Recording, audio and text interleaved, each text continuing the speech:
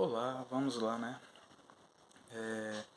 George Lukács, em A Teoria do Romance, ele começa o seu primeiro capítulo. Eu estou iniciando a leitura, né? E quero compartilhar com vocês as minhas percepções no decorrer dessa leitura, que eu espero que seja bem interessante. Provavelmente será, não é? Então, logo no primeiro capítulo, é interessante verificar o título, que é Culturas Fechadas, o nome do título. Esse título ele está remontando não necessariamente ou apenas que as culturas que são realçadas ou que são expostas através da literatura e da produção cultural de um determinado povo é fechado e ficar e não tem laços com demais povos ou culturas, mas sim que por conta dessa cultura fechada, que ele chama de cultura fechada, os povos eles têm uma representação de seus ideais através do seu próprio povo. Então, por exemplo, os romanos, um cidadão romano não se representava necessariamente sozinho, ele se representava através do seu povo, tinha uma identidade nacionalista ou até mesmo de cidade até, como nós tínhamos diversas cidades e estados, por exemplo, na região que hoje é Itália, como por exemplo a cidade de Veneza, que era uma cidade-estado, se eu não estiver completamente enganado. Então, e essa representação dos ideais do povo através do seu próprio redor cultural, do seu meio cultural, que esse primeiro capítulo vai tratar, não é? E aqui ele fala uma coisa bem interessante, né? Que, deixa eu ver, a filosofia é na verdade nostalgia, diz Novalis, o impulso de sentir-se em casa em toda parte. Então, realmente,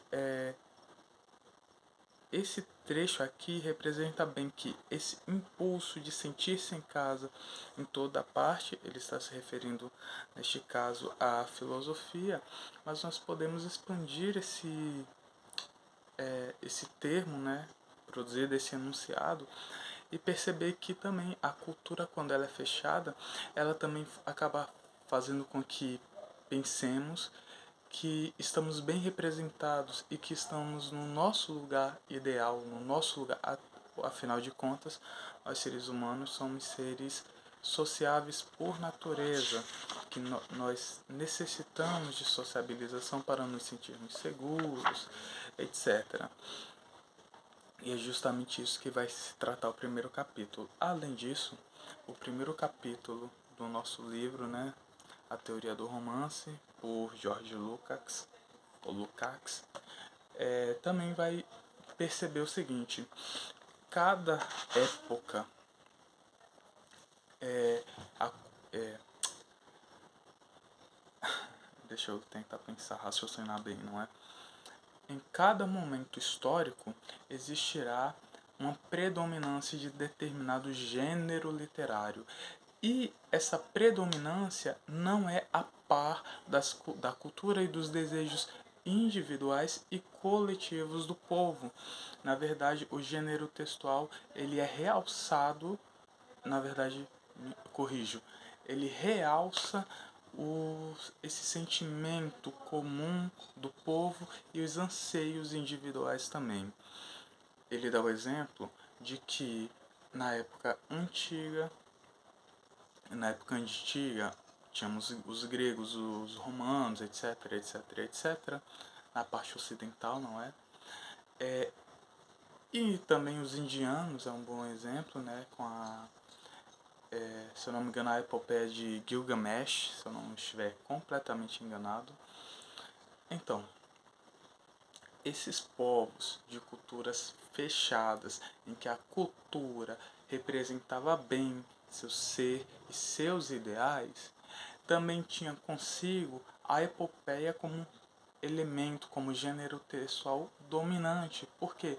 Porque servia justamente para representar não o indivíduo, mas o resplandecer, a soberania, a grandeza almejada pelo povo. E como é que nós podemos verificar isso nos atos? Nos atos, nós podemos ver que quais eram os atos corriqueiros desses povos antigos? As batalhas, as conquistas de novos territórios, a conquista de novas, historicamente, né, de novos povos, se sobrepor a outros povos, conquistar servos, escravos, seja lá como você queira denominar.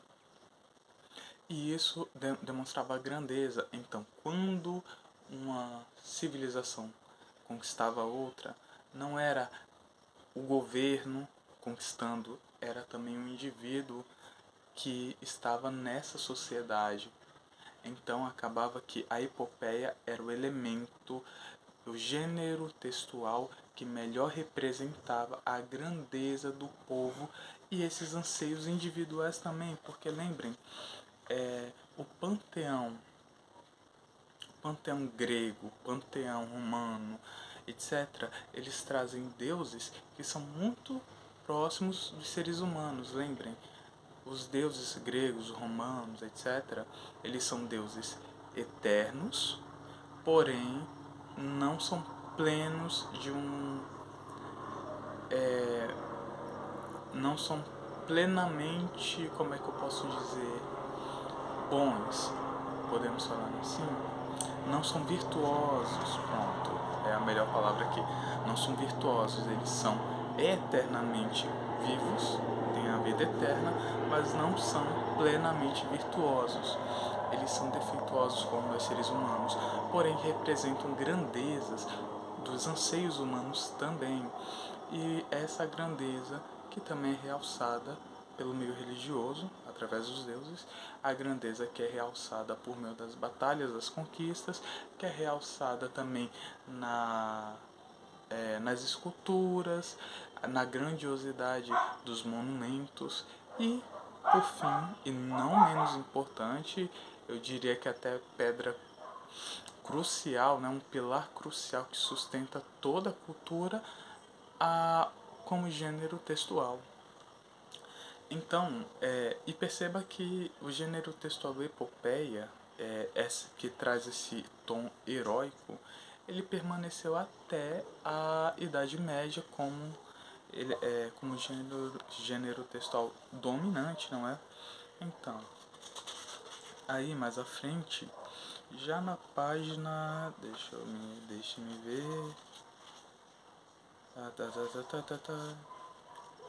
já na página 27, Lukács ele fala: se quisermos assim, podemos abordar aqui o segredo do helenismo, sua perfeição que nos parece impensável e a sua estranheza intransponível para nós. O grego conhece somente respostas, mas nenhuma pergunta, somente soluções, mesmo que enigmáticas, mas nenhum enigma, somente formas, mas nenhum caos.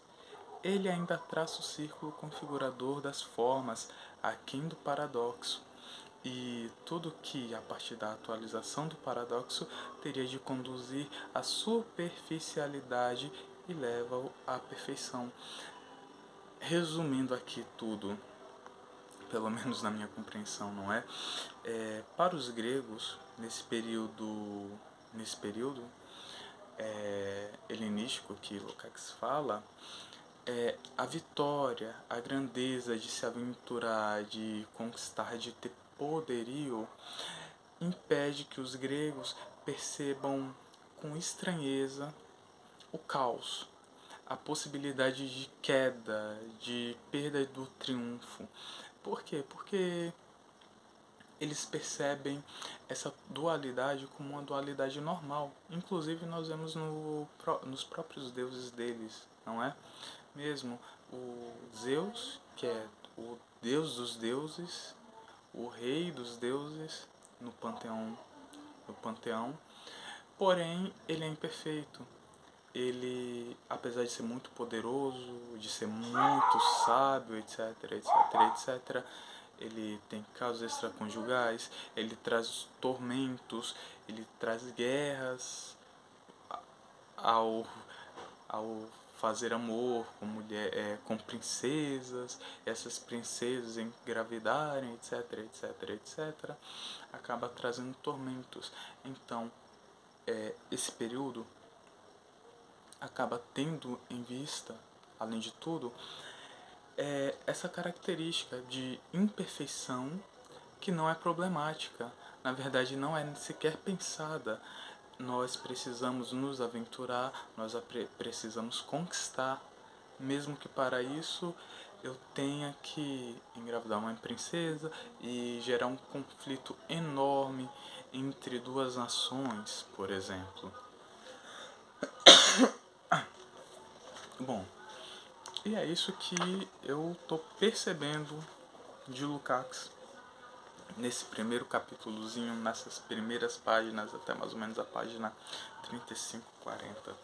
Eu espero que mais à frente eu consiga ler mais e que eu espero que eu compreenda bastante disso, não é? E que vocês também comentem algo e reflitam comigo até para poder me ajudar a refletir melhor sobre todas essas questões, tá bem? Bom, um grande abraço.